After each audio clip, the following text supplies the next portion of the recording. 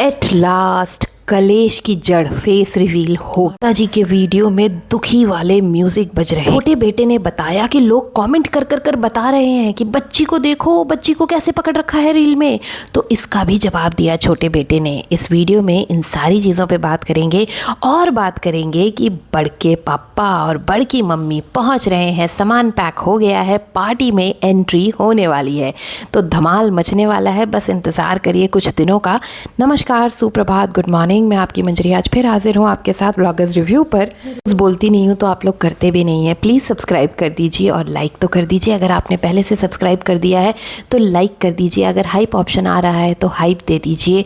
Comment तो ज़रूर करिए, इंटरेक्शन बना रहता है, पता चलता है कि कौन है हमारा व्यूअर, क्या देख रहा है, क्या सोच रहा है। हमको देखने और सुनने के बाद उसके मन में कैसे विचार आ रहे हैं, चाहे वो नेगेटिव हो चाहे वो पॉजिटिव हो, दोनों ही मोस्ट वेलकम है। चलिए आते हैं एक बात पर जो मैंने कल पूछी थी, कल सुबह वाले वीडियो में। छोटे बेटे के वीडियो के ऊपर ही मैंने पूछा था वो क्वेश्चन कि भाई सबसे पहले किसका पूजन होता है। तो यस, आप सभी ने सही जवाब दिया है, गणेश जी का। हमारे गणेश जी का पूजा होता है पहले, चाहे हम कीर्तन करें, भजन करें, सबसे पहले गणेश जी का भजन होता है। कोई भी पूजा कथा करें, कोई भी कार्यक्रम करें, शादी करें, तो भी सबसे पहले गणेश पूजन होता है। पहले गणेश जी को आमंत्रण देकर, सबसे पहले गणेश जी को याद कर कर, नमन कर कर, विघ्नहर्ता से प्रार्थना कर कर कि भाई हमारे कार्यक्रम में कोई विघ्न ना आए, बस हमारे ऊपर अपनी कृपा बनाए रखना। आप लोग मुझे कमेंट सेक्शन में बताइए कि छोटे बेटे ने जो न्योता वाला वीडियो बनाया था उसमें सबसे पहले किसका नाम लिखा था न्योता देने का। तो इनके लिए गणेश जी की जगह वो इम्पॉर्टेंट है क्या। खैर चलिए टॉपिक पर आते हैं। तो एट लास्ट फेस रिवील हो गया है। बच्ची बहुत प्यारी है। बच्ची को हम लोगों ने पहले भी देखा है दूसरे के व्लॉग्स में, दूसरे के वीडियोस में, लेकिन थोड़ा सा झलक देखा है। यहाँ पर इन्होंने बड़े क्लोजअप में दिखाया है और बहुत प्यारी, बहुत क्यूट बेबी है। नज़र ना लगे, भगवान उसे हर खुशियाँ दे, हर नज़र से बचाए और बस वो खूब तरक्की करे और अपने माँ बाप का भी खूब नाम रोशन करे। व्यूज़ की बात करें तो फेस रिवील वाले वीडियो में 9 आवर्स में अराउंड 1,03,000 व्यूज़ हैं। तो अच्छे व्यूज़ आ गए हैं इस हिसाब से, लेकिन कम है। अगर ये शायद और पहले कर दिया गया होता और पूरे परिवार के साथ बहुत अच्छे से डेकोरेट करके, कुछ एक मतलब प्लान करके अच्छे से किया होता तो शायद इनको व्यूज़ ज़्यादा आते। और इन्होंने सोचा भी था।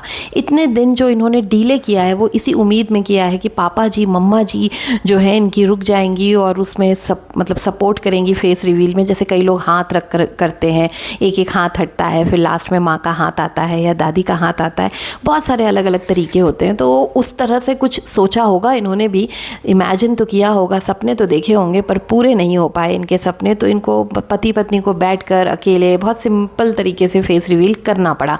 इनकी मजबूरी थी क्योंकि बहुत लेट हो रहा था। कार्ड छपने वाले हैं भाई, तो जो अभी छठियार के कार्ड छपेंगे उसमें उस बच्ची का फ़ोटो लगाना है, इसीलिए शायद इनको जल्दबाजी है। और रील्स जो इनकी माँ ने एक रील बनाई है उसमें करीबन 5-6 लाख व्यूज़ आ गए हैं।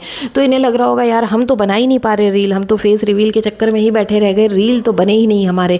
तो ये सारी बातें थी कि इनको लगा कि फेस रिवील अब कर देना चाहिए, इट्स हाई टाइम। कभी पापा जी नहीं, कभी मम्मी जी नहीं, कभी ताया जी नहीं, ऐसे सोचते सोचते बहुत डिले हो रहा है तो इन्होंने अकेले ही कर दिया।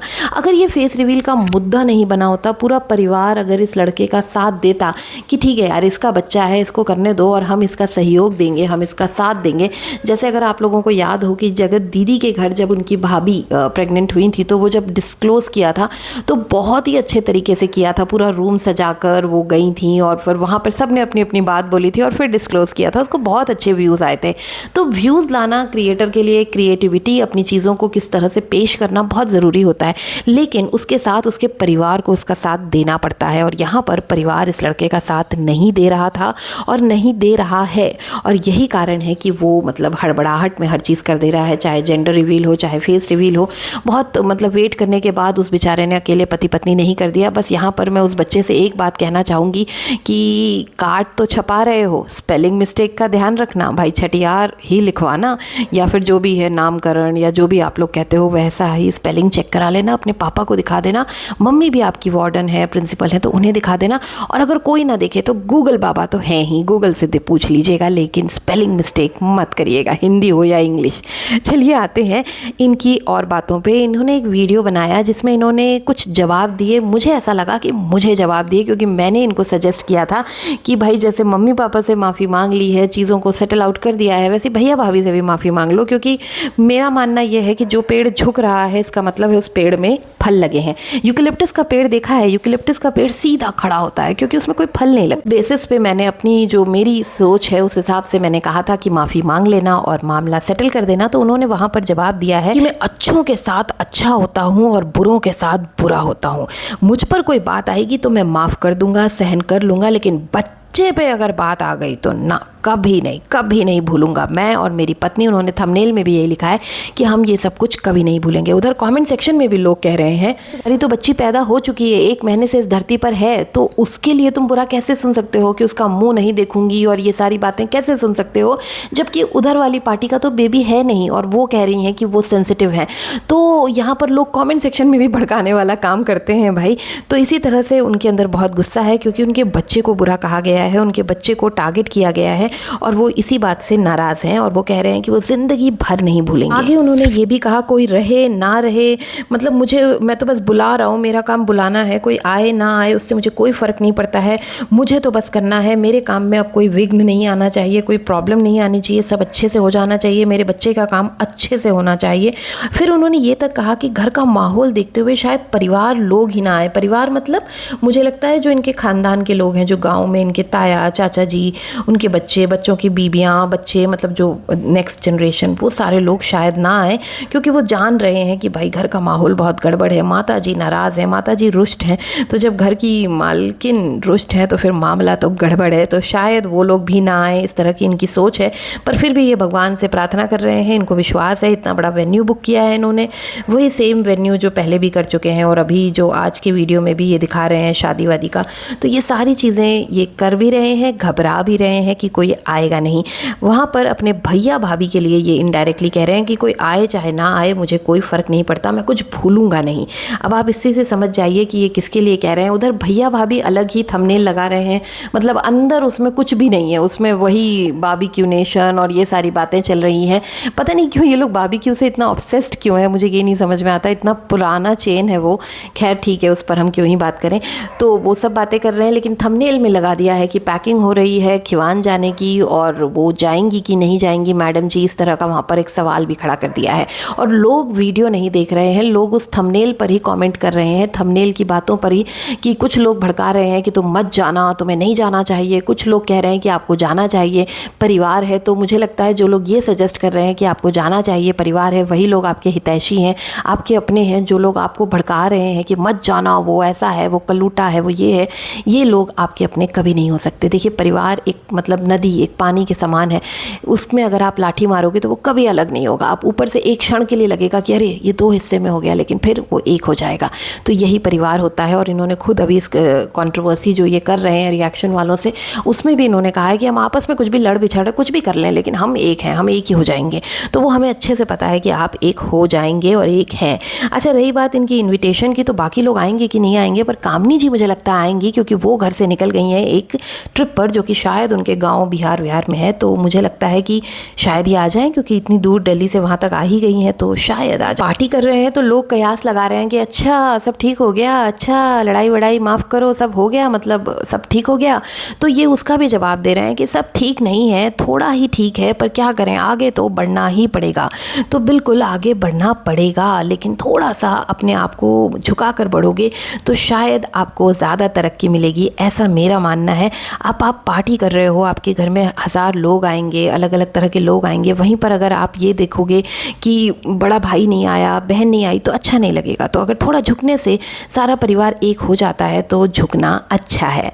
अच्छा, माता जी एक एक कमेंट पे पूरा वीडियो छाप देती हैं, अंकल जी को भी बिठाकर पूरी बातें पूछ लेती हैं कि देखो एक कमेंट आया था, ऐसा बोला है उसने।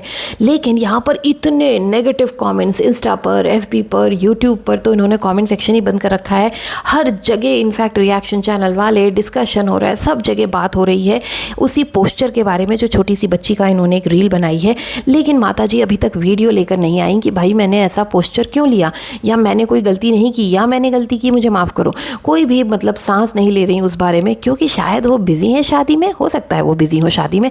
अच्छा, शादी से मुझे याद आया कि जो छोटा बेटा है वो कहता है कि मैं जा रहा हूँ थोड़ी देर के लिए, बस जाऊँगा शूट करके आ जाऊँगा। तो भाई उनकी शादी है, आपको शूट करने की इतनी क्या है।